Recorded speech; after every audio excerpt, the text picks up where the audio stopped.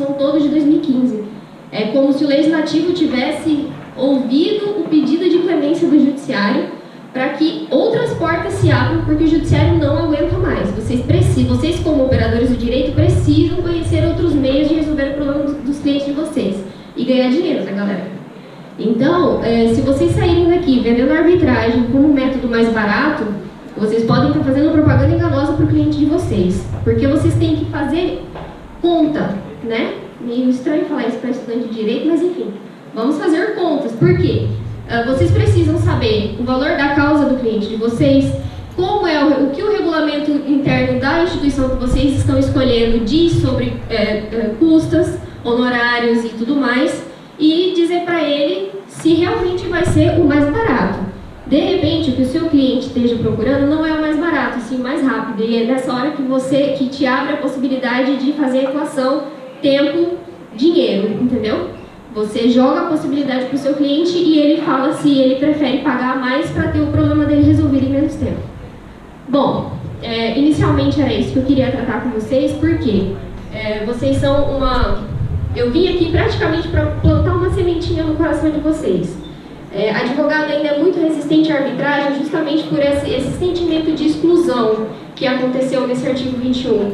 Mas isso não procede, isso é um erro de concepção, na verdade, porque todas essas ferramentas, elas só vão ser utilizadas, elas são primeiramente utilizadas pelos advogados. Por quê? Eu, estando à frente de uma câmara de arbitragem aqui de Paraná, já me deparei várias vezes com pessoas que chegaram até mim sem o acompanhamento de um advogado querendo dar início a um procedimento arbitral. E eu tenho que conscientizar essas pessoas dos riscos. Ela tem que entender todos esses detalhes que eu falei para vocês, que vocês precisam conhecer. A parte que me procura sozinha, ela também tem que conhecer. E ela desiste, justamente porque ela não tem o conhecimento que vocês estão adquirindo aqui nos bancos da faculdade para tomar um posicionamento técnico em relação a se submeter ou não ao procedimento arbitral. Então, eu acho que o advogado continua sendo essencial à administração da justiça, ainda que seja dentro de um procedimento arbitral. E como a proposta de hoje era meio que ter um bate-papo e ouvir as perguntas de vocês, porque é um tema muito novo, né? Pelo menos na inserção acadêmica, a gente recolheu perguntas dos alunos da disciplina de processo negocial, e aí a gente vai dar oportunidade para um representante de vocês vir aqui à frente, ler essas perguntas e a gente debater um pouquinho o tema. Se as perguntas que vocês, as dúvidas, se vocês tiverem dúvida e as dúvidas que vocês tiverem não tiverem nessas que ela lê, a gente dá um jeito de vocês passarem as perguntas para o professor e eu respondo por ele, através dele depois. Boa tarde.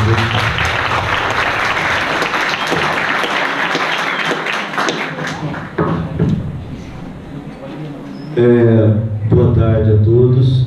Gostaria que os discentes, agora os alunos, estivessem pegando suas anotações e anotassem seus questionamentos, tanto quanto a mediação, conciliação e arbitragem, para que nesse próximo momento nós venhamos a passar essas perguntas. E nós já fizemos uma prévia na nossa sala atual de processo negocial e perguntamos a eles se eles sabiam, tinham noção de como era o funcionamento de uma Câmara. E agora nós vamos passar a palavra para uma acadêmica que foi também a sorteada, a escolhida, porque todas as questões que ela fez são pertinentes ao tema. Então ela não deixou nenhuma de fora. E os outros nós coletamos algumas questões que eram semelhantes e alteramos, e ela também vai fazer essas perguntas. Então nós chamamos agora aqui à frente a acadêmica Emily Caroline Monjardim para estar fazendo as perguntas que a doutora Juliana vai estar buscando responder.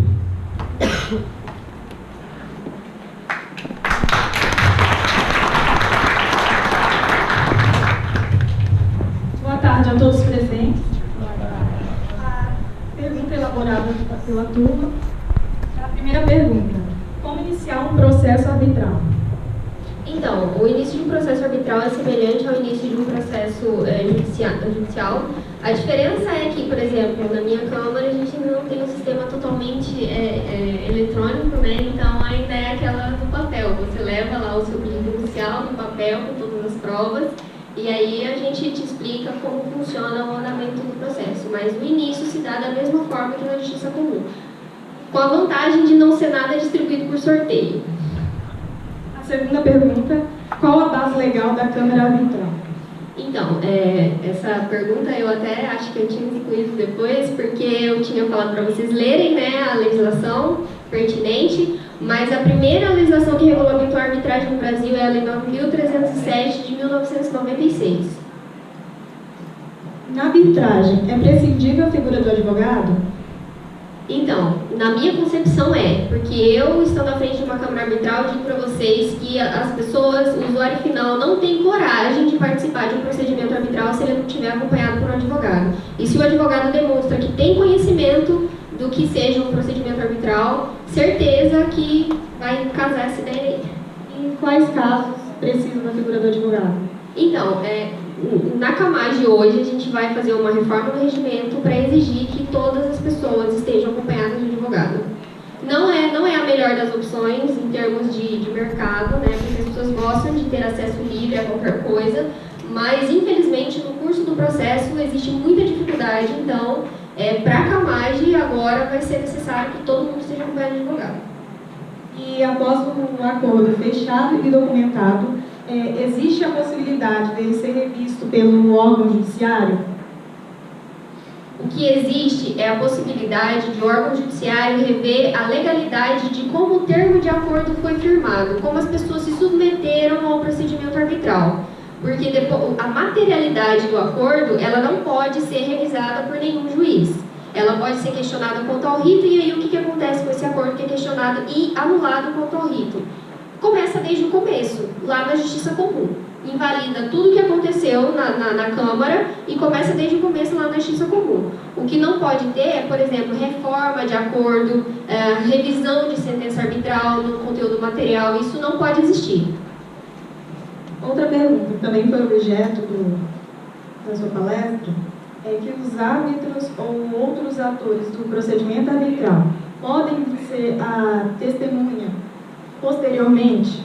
Então, na verdade, quem tratou desse tema foi a doutora Abadia, né, com relação aos mediadores e conciliadores que participam dos processos de mediação e conciliação. Não pode de forma nenhuma, por quê? Você, qualquer ator, mesmo que um de vocês, por exemplo, porque na arbitragem, eu acho que até vamos tratar isso depois aí, da questão do sigilo, mas não pode, porque senão você estaria tirando informações de um lugar, de uma instituição e levando para outra analisar aquela informação, entendeu? Tiveram dúvida também a respeito o que vem a ser uma Câmara de Mediação, Conciliação e Arbitragem. Então, uma Câmara de Mediação, Conciliação e Arbitragem, ela é uma empresa privada com CNPJ que se constitui pelo mesmo procedimento que uma outra empresa qualquer prestadora de serviço e não tem subsídio do governo, né? A Justiça Comum, ela é subsidiada, na maior parte dos custos da gestão processual, é subsidiada pelo governo. A Câmara de Arbitragem, ela não tem vínculo nenhum com o órgão público, então ela é uma empresa 100% privada prestadora de serviço. Agora, minhas dúvidas, como são recolhidos os honorários dos árbitros? Então, vocês vão ter que, por isso que eu falei, vocês precisam conhecer os regulamentos internos das câmaras que vocês estão pensando em utilizar, porque tudo isso vai constar nesse regulamento. Ali na CAMAGE, por exemplo, os honorários dos árbitros são tabelados, né, e são pagos no final do procedimento.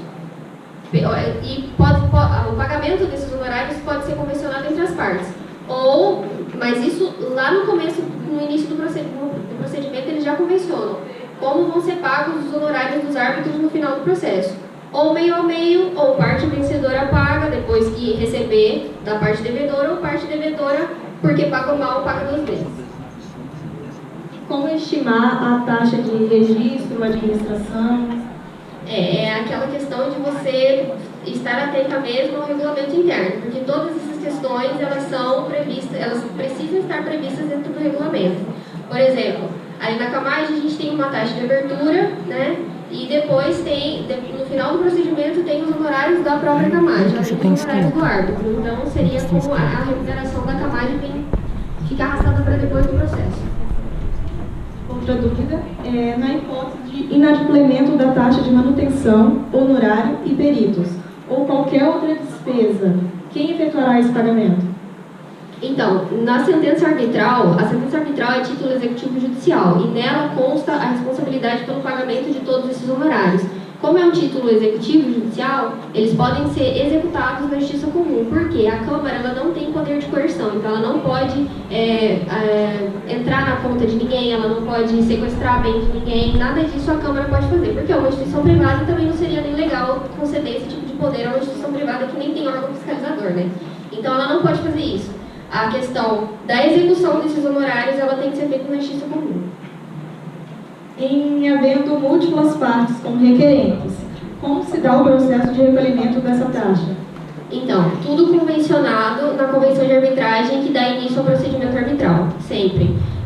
A doutora Badia bem destacou que a vontade das partes nesses métodos alternativos, ela é muito exaltada, e na arbitragem não é diferente, em que pese no final um terceiro vai impor uma sentença para as partes, a vontade das partes ela é muito valorizada durante o curso de todo o processo.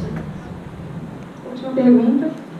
A parte pode requerer qualquer providência, diligência não prevista antecipadamente no termo de arbitragem? Explica melhor essa pergunta. Se a parte pode requerer qualquer providência ou diligência que não foi prevista antes no termo, pode? Então, a questão pode sim. E aí, se depender de condução coercitiva ou qualquer coisa do tipo, a arbitragem se socorre da ajuda do judiciário. O árbitro, a competência continua sendo da arbitragem, mas quem vai fazer a coerção é o judiciário. Esse pedido é feito através de carta arbitral, que é um meio de comunicação entre o árbitro e o juiz da justiça comum. Bom, foi somente essas perguntas elaboradas pela nossa sala. Agradeço a doutora Juliana de forma esclarecedora para responder nossas perguntas e o professor Newton. Obrigada.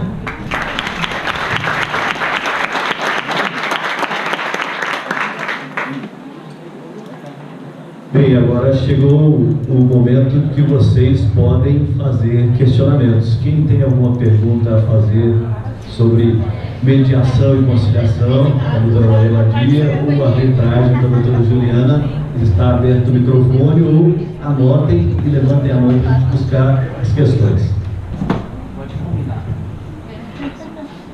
Obrigada, professor.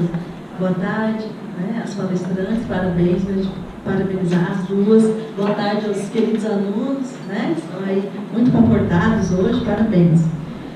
A minha pergunta, na verdade, não é nenhum questionamento, eu gostaria de saber o seu posicionamento em razão até da sua experiência na comarca. O que a senhora entende? A senhora acha que há uma viabilidade? Porque no finalzinho da sua fala, a senhora comenta a respeito das ferramentas justamente para a aplicação da mediação. E a senhora fala na escutativa, no ouvir para entender, no próprio empoderamento. E aí, puxando um pouquinho para o direito de família, eu queria saber o seu posicionamento em relação à constelação familiar, que na verdade é um sistema terapêutico, O que a senhora acha que existe uma viabilidade de aplicação no nosso estado especificamente?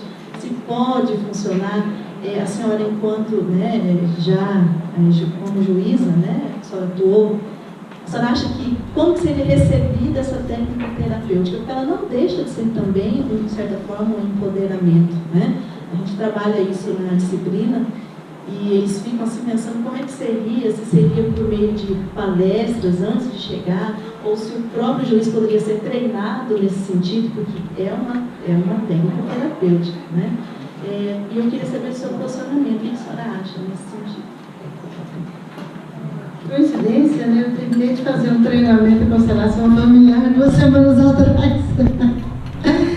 Na verdade, para agregar a esse trabalho como mediadora e formadora de mediadores, eu busquei outras formações. Uma delas foi constelação familiar, no curso que eu fiz. E também faço uma outra formação chamada inteligência emocional também, gestão emocional e inteligência multifocal também, na Escola Mendes, tudo buscando formação para subsidiar.